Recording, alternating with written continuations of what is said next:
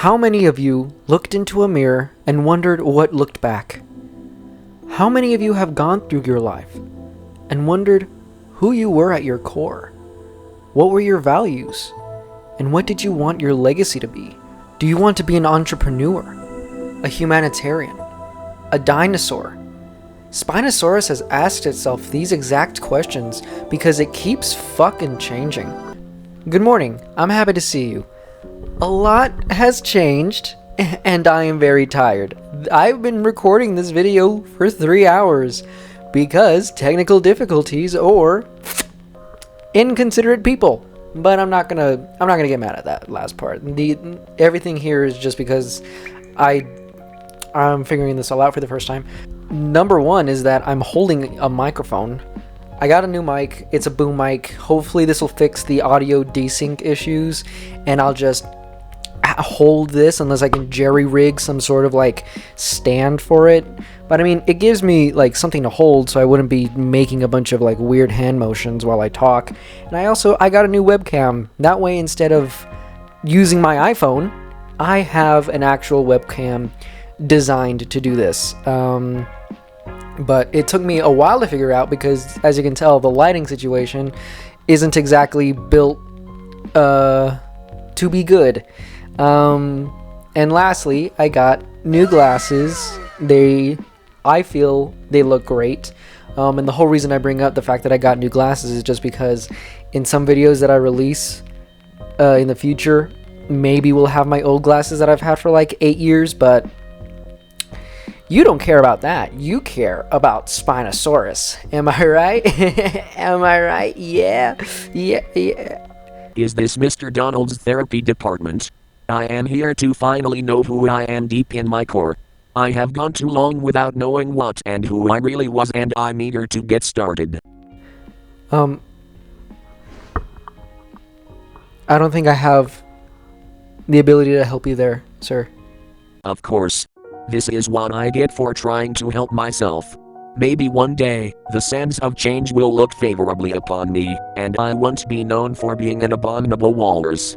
Good day, friends. Okay. Anyways, Spinosaurus aegypticus is a fun dinosaur to look at because every time you look at it, you see something fucking completely different.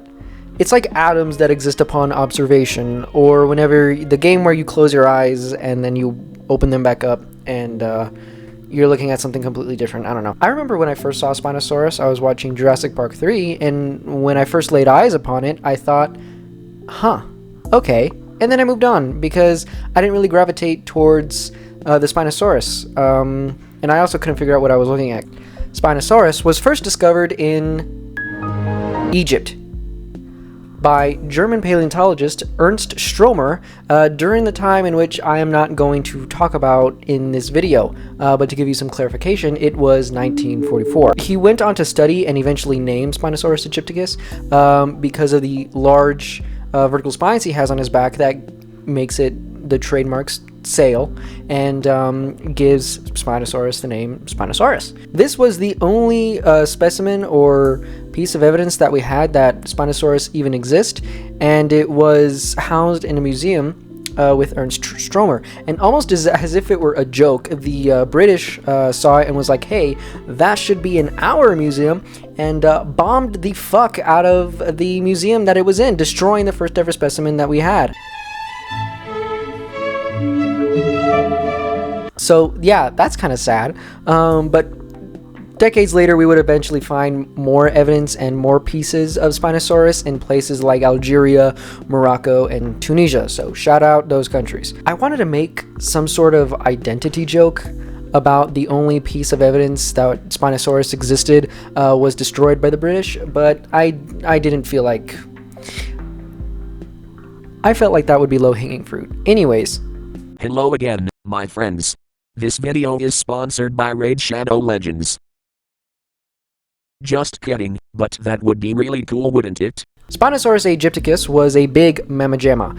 It was very obviously a carnivore like T-Rex, but instead of eating other dinosaurs, potentially, its teeth seemed to indicate it favored more of a fish diet. So to all of my fish eaters and fish lovers out there, rejoice because you have a dinosaur on your side. Its teeth were long and conical and clearly formed to eat fish in streams in areas where large amounts of fish were present, because where else would you find fish?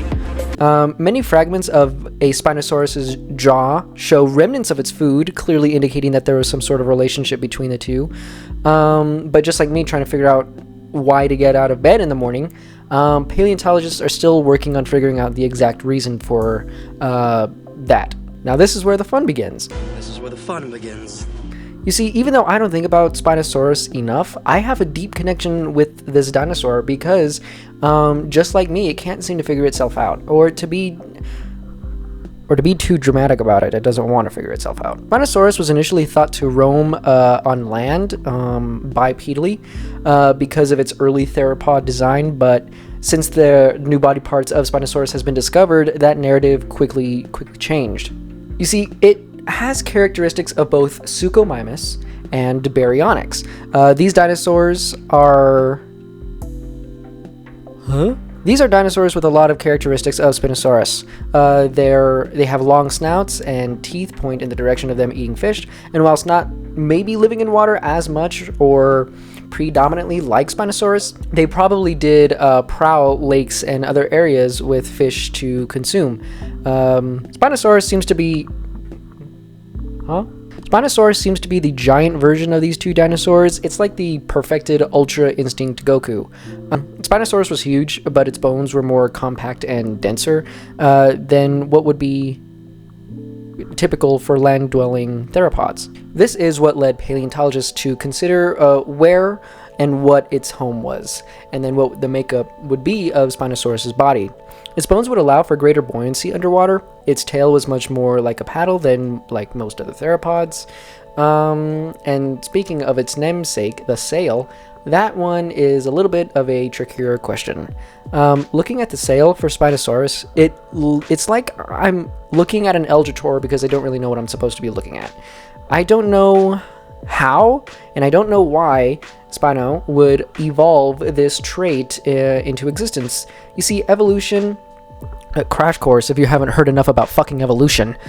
This is what Mother Nature does. It takes an organism and utilizes many different traumas to push the organism to evolve into the best version of itself, or better yet, to evolve to more likely withstand its environment, and to create little mini versions of itself.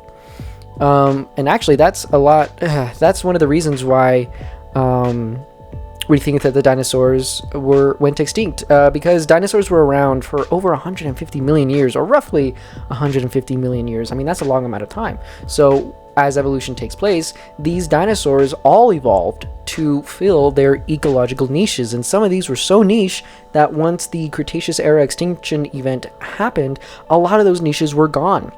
So a lot of those dinosaurs, without their reason for existing, went extinct. Or relatively extinct. Birds are the modern day dinosaur, and only marine and flying reptiles are the only true species from the Cretaceous era to really go extinct. But I mean, for dinosaurs as we know them in pop culture, this was pretty much the reason why they went the way of the dodo, had it not been for the asteroid. In terms for Spinosaurus, the sail could have potentially served a lot of uses. Funny how that comes up in this video again, because you know what, it is prehistory, and how about we just give people a break. Not only could the sail be used for thermoregulation, since it was very giant, my favorite theory postulates that Spino would have used this sail to move through water easier, and in combination with its teeth and forearms, hunt down and successfully catch its prey. A study conducted by Dr. Ibrahim also serves to corroborate this theory. A funny thing I see with Spinosaurus is a model for it that makes it look like a walrus. First off, where is man's legs? Who took them? Who took his legs? Can't have shit in Detroit.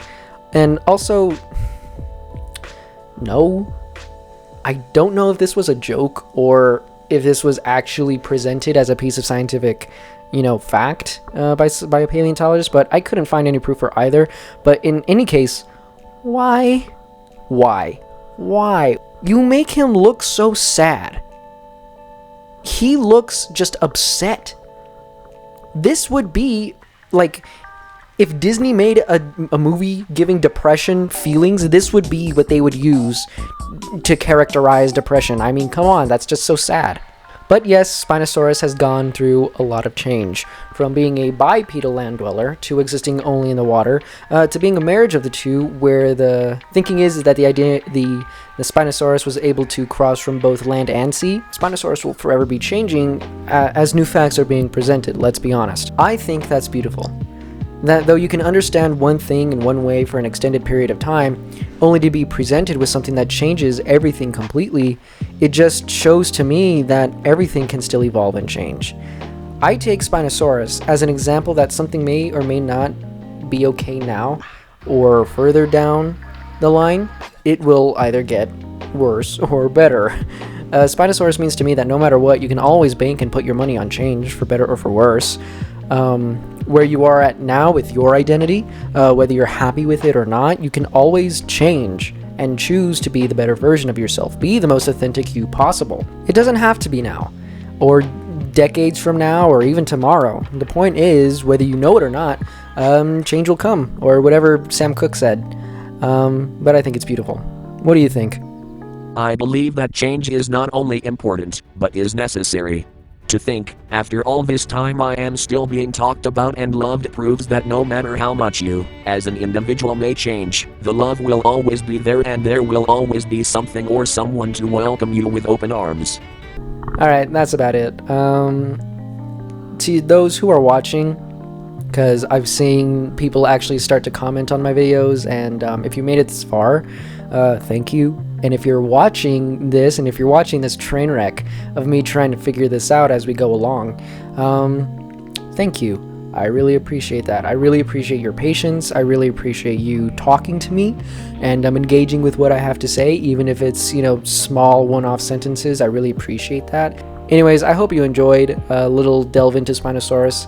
I'm probably going to end up making a second video about Spino, just so I can talk about the intricacies of Spinosaurus as we know them now. The only reason I didn't do that in this video is because it's 2024 and new things are always being presented, so who knows? I may go back to one of the videos that I've already made previously on parasaurolochris or Carnitarni and update them. So who knows? I mean, it's an endless treasure trove, these dinosaurs. All the YouTuber junk I'm supposed to say. Actually, do you have anything to say?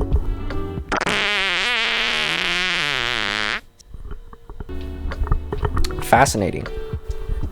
Okay. Good night. I hope to see you again.